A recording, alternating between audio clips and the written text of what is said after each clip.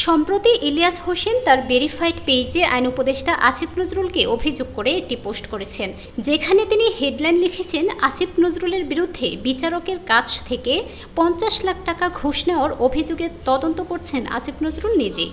ঢাকা মহানগর দায়রা জজ আদালতের যুগ্ম মহানগর দায়রা জজ মোহাম্মদ মামুনুর রহমান সিদ্দিকী একজন আওয়ামীপন্থী আইনজীবী, যার বিরুদ্ধে অভিযোগ উঠেছে যে তিনি 50 লাখ টাকা ঘুষ গ্রহণ করেছেন।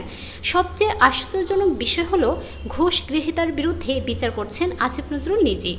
ইলিয়াস হোসেন আরও উল্লেখ করেন, আসিফ নজরুল মন্ত্রিসভায় দপ্তর পেয়েছেন এবং অভিযোগের 1 মাস পর 23 এপ্রিল 2025 তারিখে তিনি মামুনুর রহমান সিদ্দিকের কারণ দর্শানোর নোটিশ প্রদান করেছেন। তবে প্রশ্ন উঠছে, একজন ঘুষ গ্রহীতার বিরুদ্ধে তদন্তকারী নিজেই যদি ঘুষ প্রদানকারী হন, তাহলে কি এমন তদন্তের মাধ্যমে ন্যায় বিচার প্রতিষ্ঠিত হবে?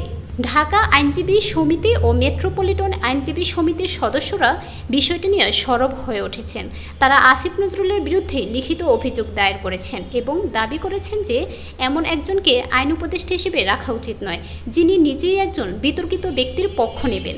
ইলিয়াস হোসেন আরও উল্লেখ করেন, যদি আসিফ নজরুল ন্যায় বিচার প্রতিষ্ঠার কথা বলেন, তবে তাকে তার পদ থেকে সরিয়ে একজন নিরপেক্ষ ব্যক্তিকে দায়িত্বে বসানো উচিত।